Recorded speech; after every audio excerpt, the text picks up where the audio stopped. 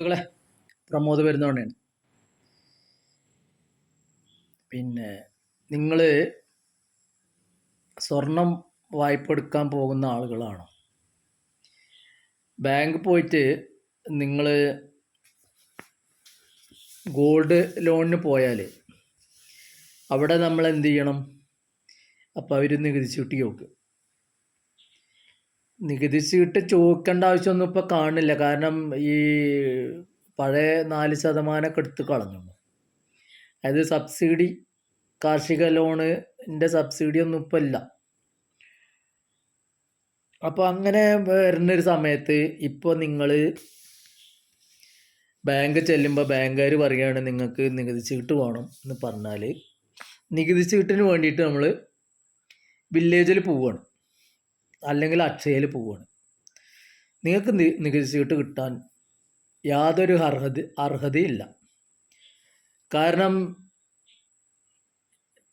ഇപ്പോൾ വീട് പൂട്ടിയിട്ട് പുറത്തേക്ക് പോയ ആളുകൾ, ജോലിക്ക് പോയവരോ, ജോലിക്ക് പോണ ആളുകൾ രാവിലെ ഒരു 8 മണിക്കേലും വീട്ടിൽ നിന്ന് ഇറങ്ങി രാത്രി ഒരു 6 മണിക്കേലും ആണ് തിരിച്ചു വരിക.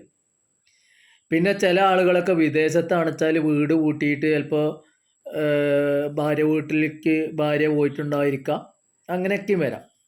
അധിക വീട്ടുകളിലും പ്രത്യേകിച്ച് മലപ്പുറം ജില്ലയിൽ വീടുകളിൽ താമസം ഒരു 1/4% വീട്ടിലേലും ആളുകൾ താമസമില്ല. ആ വീട്ടുകളിലൊക്കെ ഇപ്പോൾ ഡിജിറ്റൽ സർവേ പറഞ്ഞിട്ട് ഒരു പരിപാടി നടന്നിട്ടുണ്ട്. ഈ ഡിജിറ്റൽ സർവേ നല്ല കാര്യം തന്നെയാണ്, പക്ഷേ അതിൻ്റെ പോരായ്മകളാണ് ഞാൻ ഈ പറയുന്നത്. അപ്പോൾ ഈ ഡിജിറ്റൽ സർവേ കഴിഞ്ഞ വീട്ടിലൊക്കെ അന്തോ കുന്തോ ഇല്ലാത്ത ഉദ്യോഗസ്ഥരാണ് വന്ന് ഈ സർവേ നടത്തിയത്. ഒരു ABCD എന്ന് പറയുന്ന സാധനം അവർക്ക് അറിയില്ല എന്നുള്ളതിൻ്റെ ധാരാളം ഉദാഹരണങ്ങൾ ഇപ്പം ഉണ്ട്. ഒന്നാമത് ഇത് തന്നെയാണ്, ഡിജിറ്റൽ സർവേ കഴിഞ്ഞ നികുതി അടയ്ക്കാൻ വേണ്ടിയിട്ട് ചെന്നാൽ ഇപ്പം നികുതി അടയ്ക്കാൻ പറ്റണില്ല. പഴയ ജന്മിയുടെ പേരിലാണ് ഇപ്പോൾ നികുതി. എൻ്റെ അമ്മ വാങ്ങിയിട്ട് തന്നെ, എൻ്റെ അമ്മ എൻ്റെ സ്ഥലം വാങ്ങിയിട്ട് ഏകദേശം ഒരു 40 വർഷമായി. ഞാൻ നികുതി അടക്കാൻ തുടങ്ങിയിട്ട് 20 വർഷമായി. ആ 40 വർഷത്തിൻ്റെ മുമ്പ് കൈവശം വെച്ചിരുന്ന ആളുകൾ ഒരു 10-30 വർഷം മുമ്പ്, 30 വർഷം വരെ അവർ കൈവശം വെച്ചു. അപ്പോൾ ഏകദേശം ഒരു 70 വർഷക്കാലം ഇവരുടെ കൈവശമാണ്. അതായത് ഞാൻ, എൻ്റെ അമ്മ, അതിൻ്റെ മുമ്പൊരു സ്ഥലം ഉടമ, അങ്ങനെയായിരുന്നു. പക്ഷേ ഇപ്പോൾ ഡിജിറ്റൽ സർവേ ആരെ പേരിലാണ് അറിയോ? ഏതോ ഒരു തമ്പുരാൻ്റെ പേരിലാണ്. പാട്ടപ്പറ തല്ലിപ്പൊളിച്ചിട്ട് തന്നെ 57 അത് കഴിഞ്ഞതാണ്. ഭൂമി കർഷകന് വിട്ടുകൊടുത്തതാണ് EMS സർക്കാർ. പക്ഷേ ഇപ്പോഴും നമ്മൾ നികുതി അടക്കണത് ഇപ്പോൾ ആരെ പേരിലാണ് അറിയോ? ജന്മിയുടെ പേരിലാണ്. എൻ്റെ സ്ഥലത്തിൻ്റെ കാര്യമാണ് ഞാൻ ഇപ്പോൾ ഈ പറഞ്ഞു വരുന്നത്. അതായത് ഒരു വളരെ അത്യാവശ്യമായിട്ട് ഒരു ആസ്പത്രി കേസും കൊണ്ട് ഒരുത്തൻ സ്വന്തം ഗോൾഡും കാര്യങ്ങളൊക്കെ കൊണ്ടൊരു ബാങ്ക് കൊണ്ടുപോയി വെച്ചാൽ അവൻ ആ ഗോൾഡുമ്പിൽ ₹1 പോലും കിട്ടാൻ അർഹനല്ല. എന്നാൽ നികുതി ചീട്ടിന് വേണ്ടി പോയാലോ, അവിടെ വേണ്ട കാര്യങ്ങൾ ഡിജിറ്റൽ സർവേ കഴിഞ്ഞിട്ട് തെറ്റ് പറ്റിയാൽ, അതായത് ഈ ജന്മിയുടെ പേരിലാണ് ഇപ്പോൾ നികുതി അടക്കണത്, ആ വീട്ടിൽ ആളില്ല എന്നൊക്കെയാണ് ഇപ്പോൾ അവർ പറയണത്. വീട്ടിൽ ആളില്ല. ഇപ്പോഴത്തെ കാലഘട്ടമല്ലേ, ഈ സർവേക്ക് വന്ന ആളുകളൊക്കെ വിഡ്ഢികളാണോ?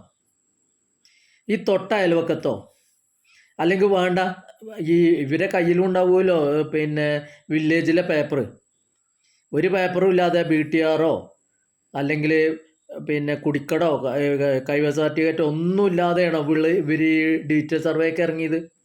അത് ഏത് പൊട്ടനും ചെയ്തുകൂടെ? ഒരു മിഷൻ ഉണ്ടെങ്കിൽ ഏത് സ്ഥലവുമാണ് വെച്ചാൽ നാഷണൽ ഹൈവേ അടക്കം സർവേ ചെയ്ത് പോയിക്കൂടെ? സർവേ ചെയ്യാൻ അറിയണ ഒരുത്തന് നാഷണൽ ഹൈവേയിലോ ഏതെങ്കിലും സ്ഥലത്തോ പോയിട്ട് സർവേ ചെയ്ത് പോയിക്കൂടെ? അത് ഏത് പൊട്ടനും കഴിയില്ലേ?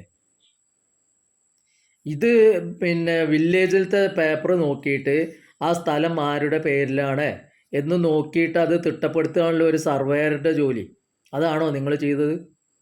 എത്ര സർവേ ആണ് ഇപ്പോൾ തെറ്റിയിട്ട് ഈ പഴയ ജന്മിയുടെ പേരിലായിട്ടുള്ളത്?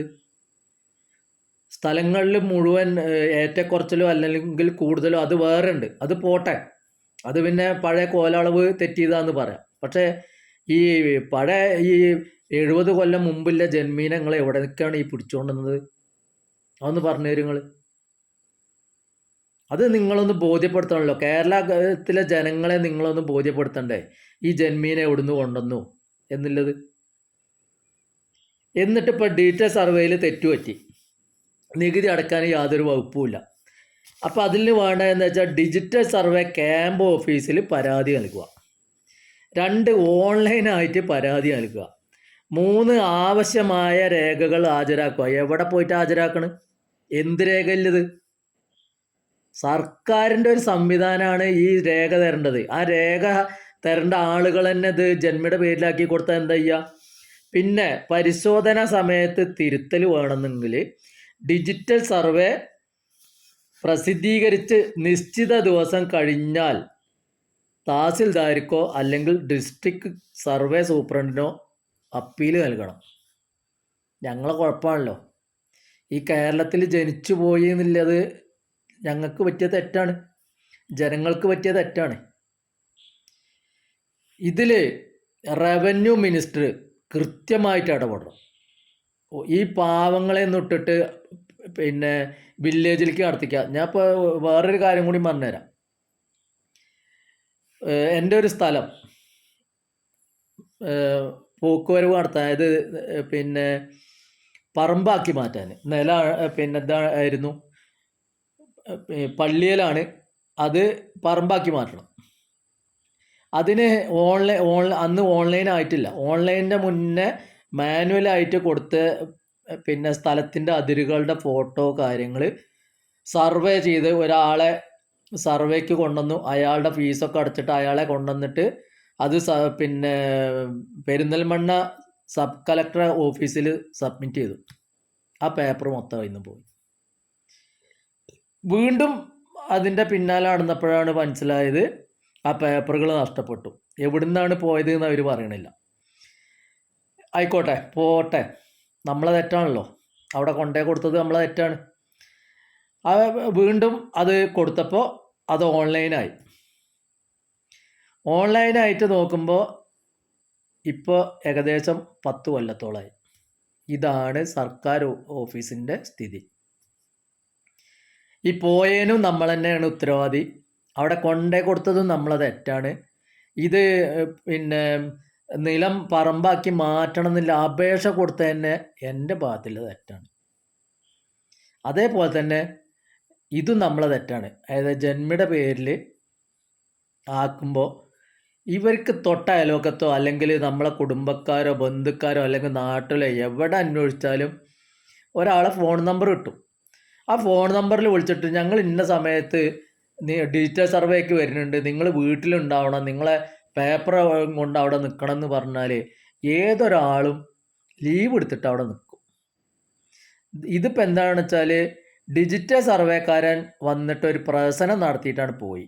എന്നിട്ട് പഴയ ജന്മീനെ മരിച്ച് മണ്ണടിഞ്ഞ് നൂറ്റാണ്ടുകളായ ജന്മീനെ പിടിച്ചു കൊണ്ടുവന്നിട്ട് പാവപ്പെട്ട ചങ്ങായിക്ക് മണ്ണിൻ്റെ അടിയിൽ കിടക്കണ അയാൾക്ക് ഒരു 10-30 സെൻറ്റ് സ്ഥലമാണ് എഴുതി കൊടുത്തു. ഇതേപ്പം ഉണ്ടായത്.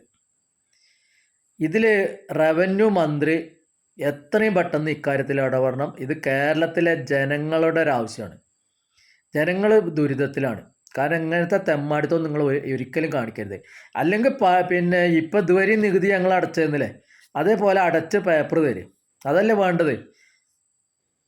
എന്തായാലും പുതിയ മിനിസ്റ്റർ ഇക്കാര്യത്തിൽ ഇടപെടണം എന്നൊരു അഭ്യർത്ഥന ഉണ്ട്.